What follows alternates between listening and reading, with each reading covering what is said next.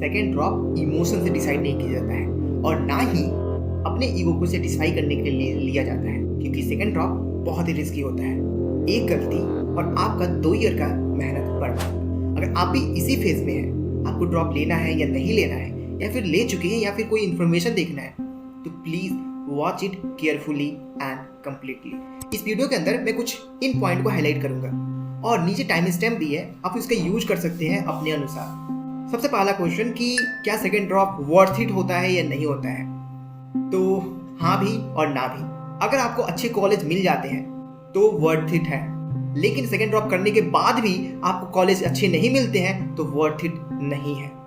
और ऐसे बहुत सारे बच्चे हैं जो सेकेंड ड्रॉप लिए हैं लेकिन वो 95 परसेंटाइल भी क्रॉस नहीं कर पाते हैं। सो अगर आपको ऐसा लगता है कि आप वैसे तक 95 क्रॉस नहीं कर पाएंगे तो please do not take the second drop. तो आप कैसे डिसाइड करेंगे कि आपको सेकेंड ड्रॉप लेना चाहिए या फिर नहीं लेना चाहिए? ये कुछ लिस्ट है, अगर आप इस लिस्ट में देखें तो अगर आपके इनकम फाइनेंशियल कंडीशन अच्छे हैं, अगर आपका प्रिपरेशन अच्छा है और आपका टारगेट NIT त्रिची का CS लेना है या फिर उसी के रिलेवेंट कोई ब्रांच लेना है और आप हार्ड वर्किंग हैं और आप मेंटली अपने आप को स्टेबल रख पाएंगे पूरे 1 साल के दौरान, then you can go for second drop. और सेकेंड ड्रॉप तभी ले जब आपको कोई कॉलेज अच्छा नहीं मिल रहा है या फिर आपको कोई अच्छा ब्रांच नहीं मिल रहा है किसी कॉलेज में। सो मोस्ट इंपॉर्टेंट जो क्वेश्चन पूछा जाता है कि प्लेसमेंट क्या होता है सेकेंड ड्रॉपर का। सो प्लेसमेंट की बात करें तो हमारे पास 3 कंपनी आती है। पहला आती है सॉफ्टवेयर, दूसरा आता है कोर और तीसरा आता है बिजनेस से रिलेटेड। जो सॉफ्टवेयर कंपनी होती है उन्हें बिल्कुल फर्क नहीं पड़ता आपका CGPA कितना है, 6 है या 7 है। हाँ, थोड़ा बहुत फर्क पड़ता है, लेकिन उन्हें ज़्यादा फर्क नहीं पड़ता है कि आपकी CGPA कितना है या फिर आप कौन से ड्रॉप ईयर से हैं, फर्स्ट या सेकेंड ड्रॉप ईयर से हैं। ये ऐसा ही सीन देखने को मिलता है बिजनेस में या फिर मार्केटिंग वाले से रिलेटेड में। लेकिन जो कोर कंपनी होती है उन्हें फर्क पड़ता है। ऐसे कुछ कंपनी है जो आपको अलाउ नहीं करेंगी प्लेसमेंट के दौरान बैठने के लिए उनके कंपनी के इंटरव्यू या फिर रिटन एग्जाम में। सीनियर से पूछने के बाद मेरे को मालूम चला कि हाँ, वेदांता और JP मॉर्गन जैसे कंपनी है जो अलाउ नहीं करती है। 100 में से कुछ 95 कंपनी आपको अलाउ करती है, लेकिन कुछ 5 कंपनी या फिर 3 या 4 कंपनी जो ऐसे होती है वो आपको अलाउ नहीं करती है। सो प्रॉब्लम क्या फेस करना पड़ता है सेकेंड ड्रॉपर को? अगर आप डिसाइड कर लिए कि आपको सेकेंड ड्रॉप लेना है तो आपका टारगेट होना चाहिए NIT त्रिची का CS। और NIT त्रिची के अंदर CS पाने के लिए आपका जो रैंक होना चाहिए वो 5000 या 4000 के अंडर होना चाहिए, तब जाके आपको वहाँ पे CS मिलेगा। और इतना रैंक लाने के लिए आपको बहुत ज़्यादा मेहनत करना पड़ेगा और यहाँ पे आपका जो कंपटीशन होगा वो 4 या 5 टाइम इंक्रीज कर जाएगा। लेकिन जब भी कोई बच्चा सेकेंड ड्रॉप लेता है तो उसे सबसे ज़्यादा जो फर्क पड़ता है वो मेंटल टॉर्चर से पड़ता है। और हर दूसरे दिन आपको पैनिक होगा कि आपका जो दोस्त था किसी अच्छे कॉलेज में चला गया और आप अभी तक गधा मजदूरी कर रहे हैं। हर दिन आपको ऐसा लगेगा कि आप शायद रॉन्ग डिसीजन ले चुके हैं। और इसी पॉइंट पे जो बच्चे अपने आप को संभाल लेते हैं वो आगे निकल जाते हैं, जबकि बहुत सारे बच्चे पीछे छूट जाते हैं। एक और गलती होती है जब आपके पास सिलेबस कंप्लीट होती है, क्योंकि सेकेंड ड्रॉप में ऑलमोस्ट सिलेबस कंप्लीट होती है तो आपको बहुत सारा टाइम मिल जाता है जिसमें आप बहुत सारा मॉक टेस्ट देते हैं। और यही सबसे बड़ी गलती होती है, क्योंकि बहुत सारे टेस्ट देने के बाद आप बहुत सारे एनालिसिस नहीं करते हैं। और एनालिसिस के बाद एक होता है एक्शन, क्योंकि सब पहला होता है मॉक टेस्ट, फिर होता है एनालिसिस और फिर होता है एक्शन। यानी कि आप जो एनालिसिस किए हैं उसके ऊपर एक्शन लेना होता है, आपके जो वीक टॉपिक है उसको सुधारना होता है। लेकिन बहुत सारे बच्चे ऐसा नहीं कर पाते हैं। और सबसे बड़ी बात, जब भी कोई सेकेंड ड्रॉप लेता है तो क्या होता है ना, उसके अंदर से क्यूरियोसिटी मर जाता है और वो बार बार सोचने लगता है कि मुझे कोई भी डिसेंट सा कॉलेज मिल जाए, बस मुझे कॉलेज मिल जाए। मुझे अब कोई फर्क नहीं पड़ता है कि NIT मिले या फिर IIIT मिले, बस किसी तरह एक कॉलेज मिल जाए। और इसी पॉइंट पे आपको थोड़ा सा अपने आप को मैनेज करना है और सोचना है कि नहीं, मुझे NIT या फिर IIIT हैदराबाद में ही इंटर होना है। ये सबसे बेस्ट यही है। और इस टाइम में अपने आप को मोटिवेट रखना है कि तभी आप सेकेंड ड्रॉप के लिए अच्छे से परफॉर्म कर पाएंगे। और एक और चीज़ की सबसे ज़्यादा कमी होती है वो हो गाइडेंस। अब सेकेंड ड्रॉप लिए हैं तो आपको ये मालूम होना चाहिए कि कैसे आपको मैनेज करना है, कैसे हर दिन को मैनेज करना है, कैसे मॉक टेस्ट देना है, कैसे प्रिपेयर करना है और कैसे तीनों सब्जेक्ट को मैनेज करना है। अगर आप सेकेंड ड्रॉप ले चुके हैं तो आपको ये 5 रूल बहुत काम आने वाला है। फर्स्ट, आपके पास एक रेलिवेंट से स्टडी मटेरियल होना चाहिए, यानी कि जो भी क्वेश्चन JEE मेंस में बने वो आपके ही मटेरियल से बनना चाहिए। ऐसा स्टडी मटेरियल आपके पास होना चाहिए। मॉक टेस्ट रेगुलरली देना है, हर 15 दिन पर आप एक मॉक टेस्ट दे सकते हैं लास्ट के 2 मंथ में, जिससे आपको एनालिसिस मिल जाएगा कि आप कहाँ पे पहुंचे हैं और कहाँ पे आपको सुधार करना है।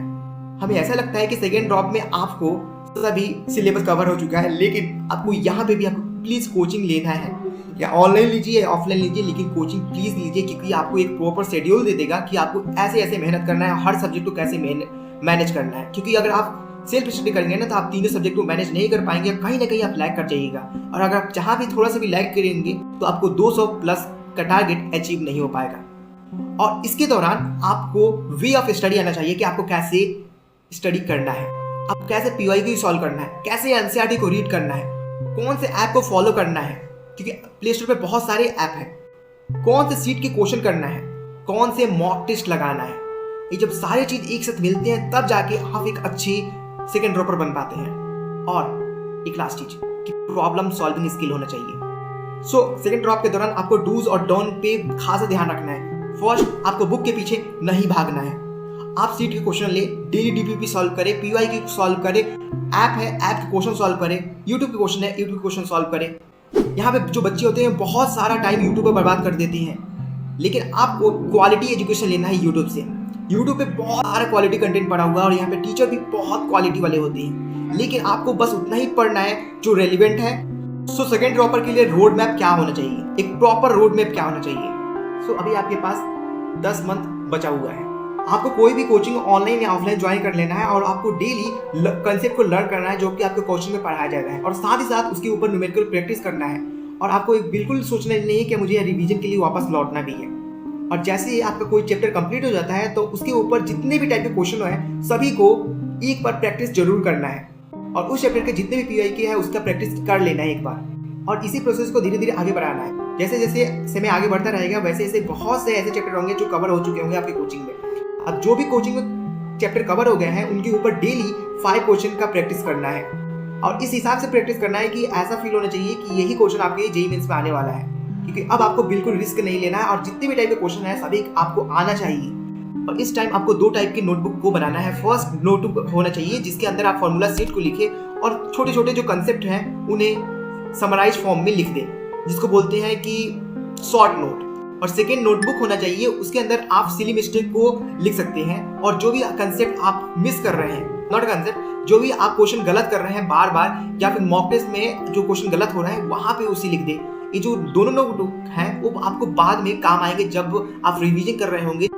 आपकी स्टडी के दौरान आपको बहुत सारे डाउट होंगे, जो भी डाउट आपके पास हैं उसको 2 से 3 दिन के अंदर में कवर कर लेना है।